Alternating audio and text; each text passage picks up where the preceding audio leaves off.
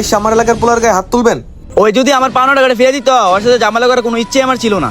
কিরে সাব্বির, উনি যা বলতেছে তা কি সত্যি? আসলে ভাই ওনার থেকে টাকাটা নিয়েছি, তবে আমি অনেক বিপদ পড়ে টাকাটা নিয়েছি। আমার আম্মা খুব অসুস্থ ছিল, আমার কাছে ওষুধ বই কেনার মতো টাকা ছিল না। ওনার থেকে টাকাটা নিয়েছি, এখন তো কাজ কাম নাই, আমি কাজ কাম করে টাকাটা দিতে পারতেছি না। তো কাজ কাম নাই, এতদিন যাবত একটা মানুষের টাকা আনছস, তুই টাকাটা ফিরাই দিবি না? টাকাটা যদি তুই টাইম মতো দিয়ে দিতি, তাহলে কি কোনোভাবে উনি সাহস পাইতো যে আমার এলাকাতে এসে তোর গায়ে হাত তুলতে?